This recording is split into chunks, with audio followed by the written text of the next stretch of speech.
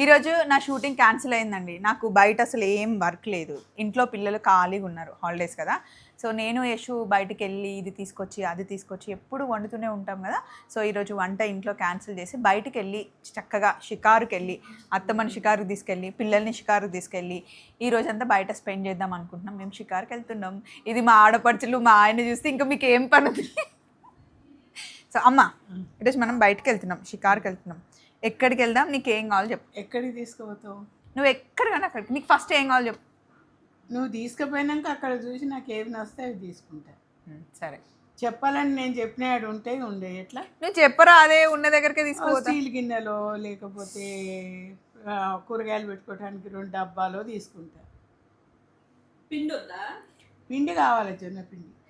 నీ మంచిగా బయటికి తీసుకోవద్దమ్మా, షికారు కోదామమ్మా, ఆడి సినిమాకి పోదాం, అటు పోదాం, ఇటు పోదాం. సినిమాకి నేను రాను, ఏ హోటల్కి తీసుకుపోయి తినబెడతా అంటే వస్తా. ఓకే, హోటల్లో తినిపిస్తా, అది డిఫాల్ట్గా తినిపిస్తా. మంచి హోటల్కి తీసుకెళ్తా అండి. అత్తమ్మకి పిచ్చి ఫుడ్ పెట్టాను, మంచి డైట్ ఫుడ్, హెల్తీ ఫుడ్డే పెడతా ఫస్ట్ అది. అండ్ ఇంకొకటి ఏంటంటే, నీకు ఏమన్నా కావాలంటే మంచిగా అడుగుచో, హ్యాండ్ బ్యాగ్ కొనుక్కో. అది నాకు అలవాట్లేదు, నేను వేసుకోను. సో ఇప్పుడు నీకు 4 డబ్బాలు 4 గిన్నెలు కావాలి. సరే, అవే నీకు ఆనందం అయితే అవే కొనిస్తున్నాడు, పోదాం.